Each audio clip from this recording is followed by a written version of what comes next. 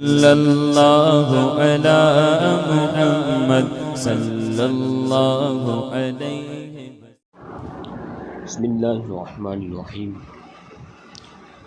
نحمدہ ونصلی علی رسولہ الکریم اما بعد فاعوذ باللہ من الشیطان الرجیم بسم اللہ الرحمن الرحیم فیضان فرض علوم کتاب الطہارت موضوع ہے وضو کا بیان۔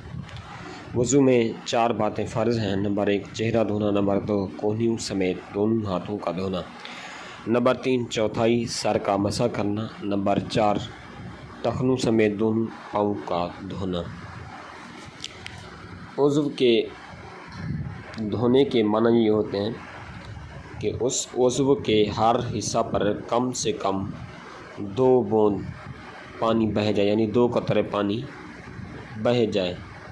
بھیگ جانے یا فقط تیل کی طرح پانی چپڑ لینے یا 1 آدھ بوند بہہ جانے کو دھونا نہیں کہیں گے، نہ اس سے تو وضو ادا ہوگا نہ غسل۔ اس عمل کا، اس بات کا لحاظ بہت ضروری ہے۔ لوگ اس کی طرف توجہ نہیں کرتے اور نمازیں اکارت جاتی ہیں۔ چہرے سے کیا مراد ہے؟ لمبائی میں شروع پیشانی جہاں تک عادتاً جو ہے بال اگتے ہیں وہاں سے نیچے ٹھوڑی تک، اور چوڑائی میں ایک کان کی لو سے دوسرے کان کی لو تک۔ داڑھی کے نیچے جو جلد ہے اس کے بارے میں، داڑھی کے بال اگر گھنے نہ ہوں تو جلد کا دھونا جو ہے یہ فرض ہے، اور اگر داڑھی کے بال گھنے ہوں تو گلے کی طرف دبانے سے جس قدر جو ہے چہرے کے گردے میں آ جائیں ان کا دھونا جو ہے وہ فرض ہے، اور جڑوں کا دھونا فرض نہیں، اور جو ہلکے سے نیچے ہوں ان کا دھونا ضروری نہیں، اور اگر کچھ حصہ میں گھنے ہوں اور کچھ چھدرے ہوں تو جہاں جو ہے گھنے ہوں وہاں بال اور جہاں چھدرے ہیں اس جگہ جلد کا جو ہے دھونا وہ فرض ہے۔ وضو کے اندر سنتیں درج ذیل ہیں۔ نمبر 1 وضو پر ثواب پانے کے لیے حکم الہی بجا لانے کی نیت سے وضو کرنا۔ نمبر 2 بسم اللہ الرحمن الرحیم سے شروع کرنا۔ نمبر 3 ابتدا میں دونوں ہاتھوں کو گھٹنوں تک 3 بار دھونا۔ نمبر 4 مسواک کرنا۔ نمبر 5 3 مرتبہ کلی کرنا۔ نمبر 6 3 مرتبہ ناک میں پانی چڑھانا اور دونوں میں مبالغہ کرنا۔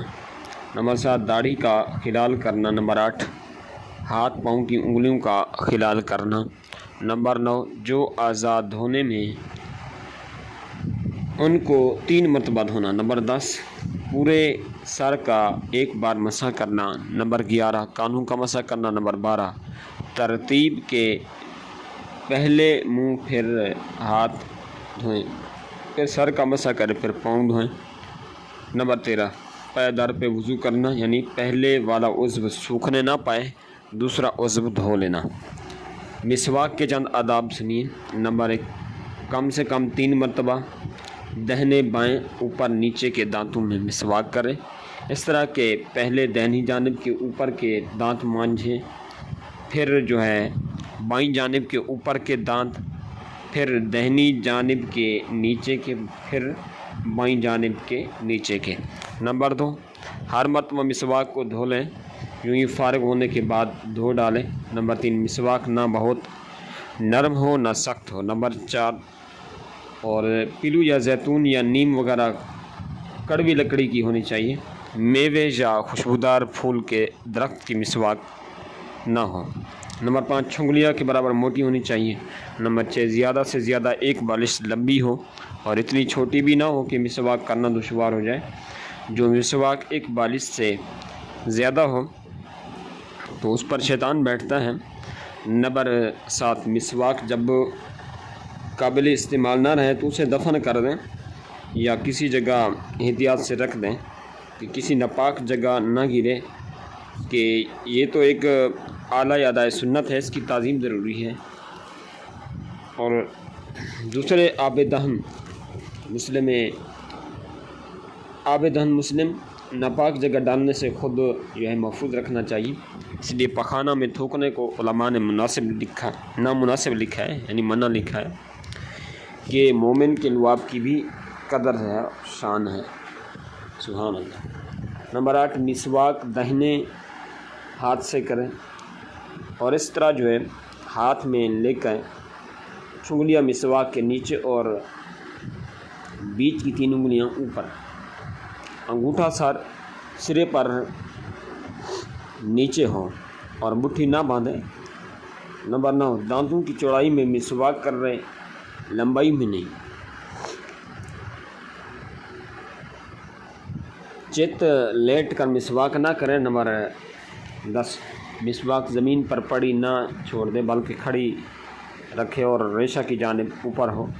نمبر 11 اگر مسواک نہ ہو تو انگلی یا سنگین کپڑے سے دانت مانچ لیں، یوں ہی اگر دانت نہ ہوں تو انگلی یا کپڑا مسوڑوں پر پھیر لیں تاکہ پیاری پیاری یہ سنت جو ہے وہ ادا ہو جائے۔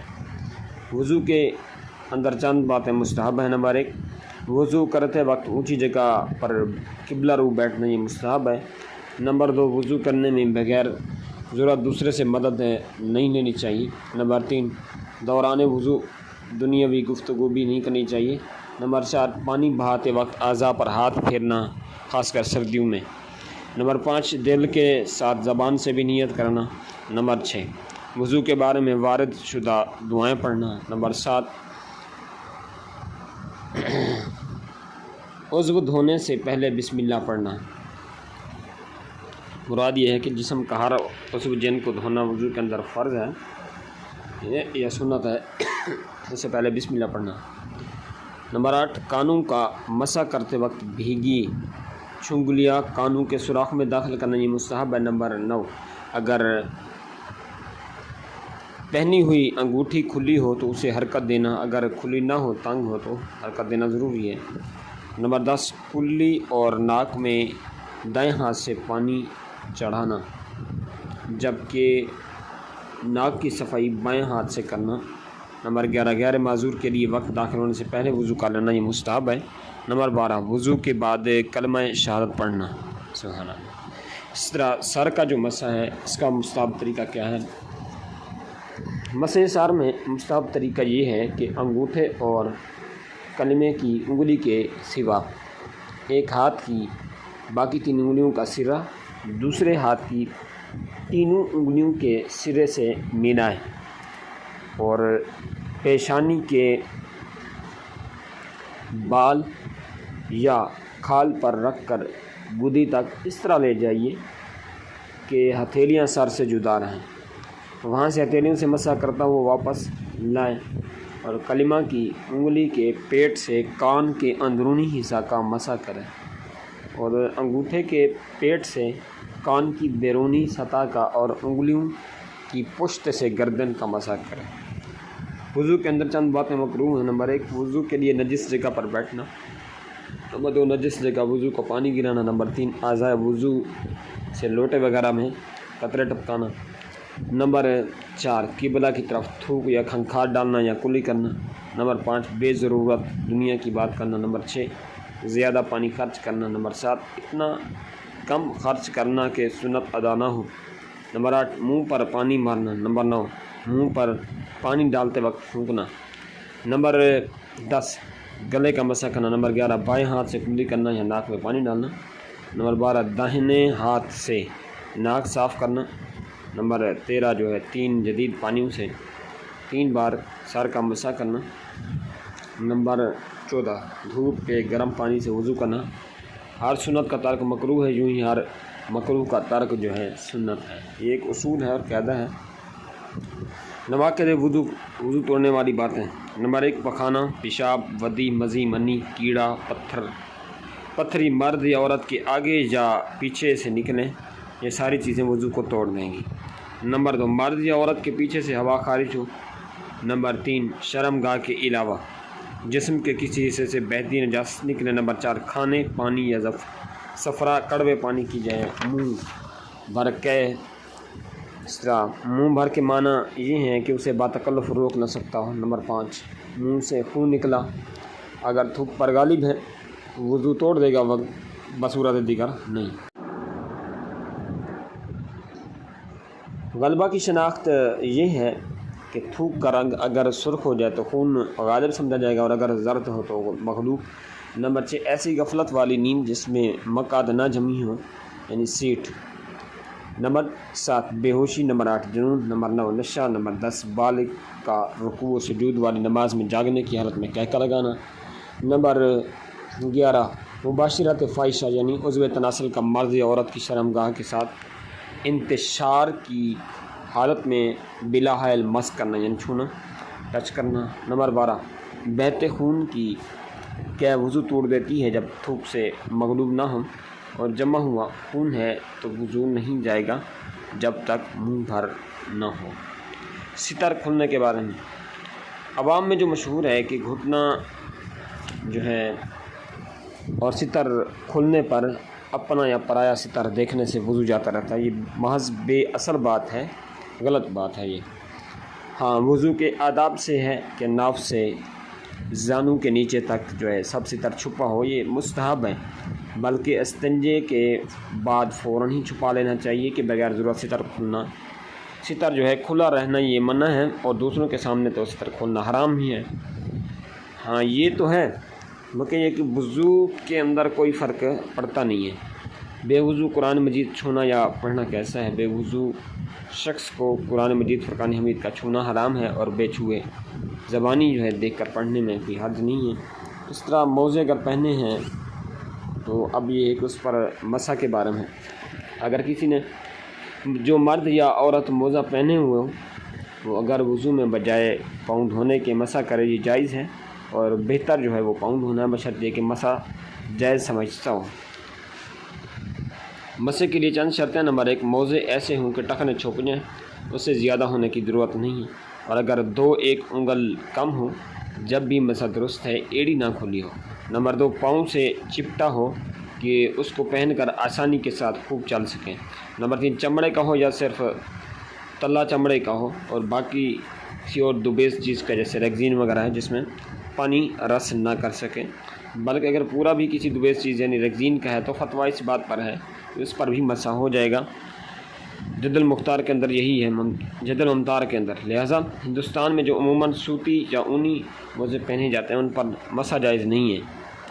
ہاں ان کو اتار کر پاؤں دھونا جو ہے فرض ہے، یعنی اونی یا سوتی یہ نہیں ہونا چاہیے۔ نمبر 4 وضو کر کے پہنا ہوا، خواہ پورا وضو کر کے پہنا یا صرف پاؤں دھو کر پہنا اور بعد میں پورا وضو کر لیا، جب بھی درست ہے۔ نمبر 5 کوئی موزہ پاؤں کی چھوٹی 3 انگلیوں کے برابر پھٹا نہ ہو، یعنی چلنے میں 3 انگلی بدن ظاہر نہ ہوتا، یہ اس کے لیے شرط ہے۔ اس کی جو مدت ہے وہ مقیم کے لیے 1 دن اور رات ہے، اور مسافر کے واسطے 3 دن اور 3 راتیں ہیں۔ موزہ پہننے کے بعد پہلی مرتبہ جو حدث ہوا اس وقت سے اس کا شمار ہے، مثلا صبح کے وقت موزہ پہنا اور ظہر کے وقت پہلی بار حدث ہوا تو مقیم دوسرے دن کی ظہر تک مسح کرے، اور مسافر چوتھے دن کی ظہر تک۔ موضوع پر جو ہے مسح کا طریقہ یہ ہے کہ دونوں ہاتھوں کی انگلیوں کو تر کرنے کے بعد دہنے ہاتھ کی 3 انگلیاں دہنے پاؤں کی پشت کے سرے پر، اور بائیں ہاتھ کی انگلیاں بائیں پاؤں کی پشت کے سرے پر رکھ کر پنڈلی کی طرف کم سے کم بقدر 3 انگل کی کھینچ لی جائیں، اور سنت یہ ہے کہ پنڈلی تک پہنچ جائیں۔ موزے کے اندر کتنی باتیں فرض ہیں؟ مسح موزے میں مسح میں 2 باتیں فرض ہیں۔ نمبر 1 ہر موزہ کا مسح جو ہے ہاتھ کی چھوٹی 3 انگلیوں کے برابر ہونا ہو۔ نمبر 2 موزے کی پیٹھ پر ہونا چاہیے، یہ باتیں فرض ہیں۔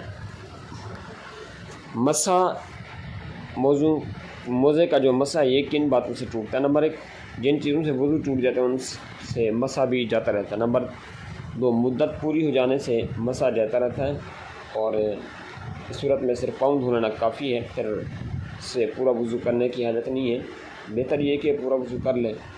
نمبر 3 موزے اتار دینے سے مسح ٹوٹ جاتا ہے اگرچہ ایک ہی اتارا ہو۔ نمبر 4 موزے پہن کر پانی میں چلا کہ ایک پاؤں کا آدھے سے زیادہ حصہ دھل گیا، یا اور کسی طرح سے موزے میں پانی چلا گیا اور آدھے سے زیادہ پاؤں دھل گیا تو مسح جاتا رہا۔ اور جن پر غسل فرض ہو کیا وہ بھی پاؤں دھونے کے بجائے موضوع کے پر ان مسح کر سکتے ہیں؟ جن پر غسل فرض ہے وہ موزے کے اوپر مسح نہیں کر سکتا۔ واللہ تعالی عالم ورسولہ عالم، عز و جل، صلی اللہ تعالی علیہ وآلہ صلی اللہ علی محمد صلی اللہ علیہ وسلم۔